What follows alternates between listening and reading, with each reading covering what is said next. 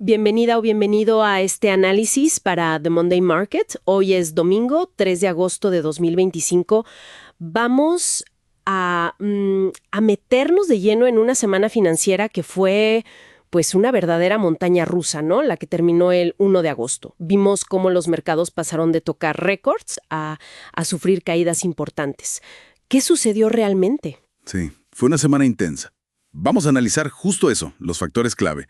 Por un lado, los nuevos aranceles, ¿no? Que anunciaron en Estados Unidos y que, bueno, sacudieron un poco la confianza. Luego el dato, yo creo que el principal, fue el informe de empleo. Decepcionó, pero muchísimo. Y eso cambió todas las apuestas sobre la Reserva Federal. Ajá. Y claro, también tuvimos resultados de las grandes tecnológicas que añadieron más, digamos, volatilidad. Veremos qué significa todo esto para la semana que empieza. Perfecto. Empecemos por cómo cerró a la sabana. Pintaba bien al inicio, pero el final fue abrupto. Los números clave de los índices. Exacto. El optimismo duró poco, la verdad. El S&P 500, fíjate, cerró cerca de 6.237. Perdió más o menos un 2.4% en la semana. El Nasdaq, con toda la carga tecnológica, cayó un 2.8%, quedó en 2.680. Y el Russell 2000, el de las empresas pequeñas, que a veces es más sensible. Sí, suele sufrir más. Ese fue el más golpeado. Una caída del 4.2% para cerrar en 2.294. O sea, básicamente las ganancias de julio, pues se esfumaron en un par de días. Se sintió fuerte, sí. Y el VIX, este famoso índice del miedo, reflejó ese nerviosismo. Totalmente. El VIX se disparó, más de un 35%. Superó el nivel de 20, que siempre es como una barrera psicológica, ¿no? Claro. Cerró, dependiendo la fuente, entre 20.38 y 22. Su nivel más alto en meses, creo que desde abril o junio. ¡Wow! Sí, indica que el miedo, bueno, la aversión al riesgo, creció bastante.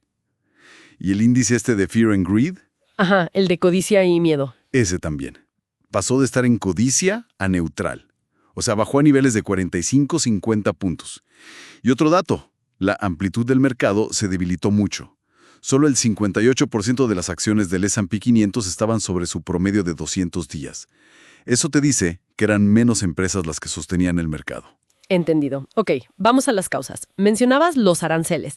Se habló mucho de eso al inicio de la semana. Correcto. El gobierno de EU anunció nuevos aranceles. Afectan a un montón de países. Creo que las fuentes mencionan hasta 69. 69. Sí, con tasas que van del 10% hasta el 41%. Un caso que sonó mucho fue Canadá, que le suben al 35% a partir de este 7 de agosto. El tema es que el arancel promedio global efectivo pues subió considerablemente. Las cifras varían, pero anda entre 15.2% y 18%. Y eso pues genera muchísima incertidumbre. Costos, comercio global. Claro, impacta en todo. Y si eso fue como la chispa, los datos de empleo del viernes parece que fueron la gasolina, ¿no? Vaya sorpresa. Sin duda. Ese fue el golpe principal para el sentimiento. Nomás se crearon 73,000 empleos en julio. Se esperaban más de 100,000. Muy por debajo. Muy por debajo. Pero lo más fuerte, yo diría, fueron las revisiones a la baja de los meses anteriores. Se quitaron 258,000 empleos de las cifras de mayo y junio. ¿258,000? Es muchísimo. Es brutal. Mayo, que se había reportado en 144,000. ¡Pum! Lo bajaron a 19,000. Y junio, de 147,000 a solo 14,000. O sea, esto ya no solo es que julio fue malo, sino que te cambia toda la película de los meses anteriores. Pone en duda la fortaleza real y hasta la fiabilidad de los primeros datos, ¿no? Totalmente. Y encima el desempleo subió un poquito, ¿verdad? Al 4.2%. Sí, subió a 4.2%. Y el ISM manufacturero, que mide la salud de la industria, también mal. Cayó a 48 y debajo de 50 indica contracción. Ok, esas revisiones son demoledoras. Cambian mucho el panorama. ¿Cómo afectó todo esto a lo que se espera de la Reserva Federal? Pues imagínate, el cambio fue drástico. A mitad de semana, la Fed mantuvo las tasas, ¿no? Entre 4.25% y 4.50%.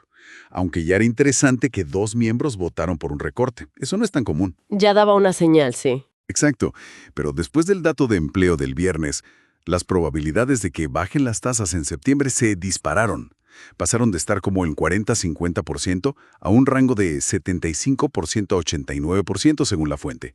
La herramienta esta FedWatch de CME Group llegó a marcar 89.1% de probabilidad de recorte para el 17 de septiembre. Casi un hecho para el mercado entonces. Prácticamente. Y como reflejo, pues los rendimientos de los bonos cayeron. El de 10 años se fue a cerca de 4.22%. El mercado ya descuenta tasas más bajas.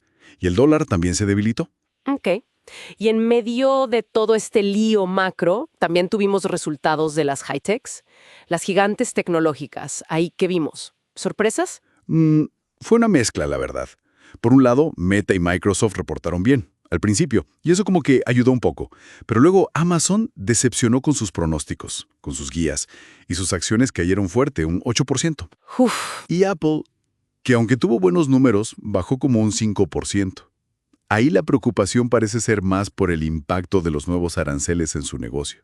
Así que, aunque en general la temporada de ganancias del segundo trimestre ha sido buena, como un 82% de empresas superando expectativas. Que es un buen número. Es un buen número, sí. Pero justo estos nombres tan grandes mostraron cierta vulnerabilidad esta semana. Entendido. Entonces, con este cuadro de nerviosismo, datos flojos, resultados mixtos, ¿qué podemos esperar para esta semana que empieza? Pues mira, la palabra yo creo que es cautela. La perspectiva que se menciona es moderadamente bajista. Y no hay que olvidar que agosto históricamente suele ser un mes volátil. Sí, tiene esa fama. Exacto. Entonces va a ser clave ver si el mercado aguanta, si encuentra soporte. Hay que vigilar ese nivel del S&P 500 cerca de los 6,200 puntos. Ok. ¿Y qué citas importantes tenemos en el calendario económico? La agenda está un poquito más ligera, pero sí hay cosas. El lunes, el ISM de servicios, para ver cómo anda ese sector. El martes, la balanza comercial. El jueves, las peticiones iniciales de desempleo, para seguirle el pulso al mercado laboral. Y bueno, recordar que el 7 de agosto entran en vigor los aranceles sobre Canadá. Bien. ¿Y resultados empresariales? ¿Sigue la temporada? Sigue fuerte. El lunes reportan Palantir y Tyson. El martes, nombres grandes, Pfizer, AMD, Caterpillar, Marriott. Ajá. Miércoles, Uber, Disney, McDonald's. Jueves, Eli Lilly, ConocoPhillips, Sony. Y el viernes, Wendy's. Y también se espera el informe de Berkshire Hathaway. Siempre interesante ver qué dice Warren Buffett, ¿no? Siempre. Así que, bueno, tenemos esta tensión. Por un lado, índices que tocaron récords hace muy poquito, pero por otro, indicadores económicos de fondo, sobre todo esas revisiones de empleo tan fuertes, que cuentan pues una historia bien distinta. Exactamente. Y eso nos deja, yo creo, con una pregunta importante para reflexionar, ¿no? Ante esta divergencia, esta desconexión aparente, ¿dónde deberíamos poner más atención para entender realmente cómo está la economía y el mercado? ¿Nos fijamos en los movimientos generales de los índices, en los titulares?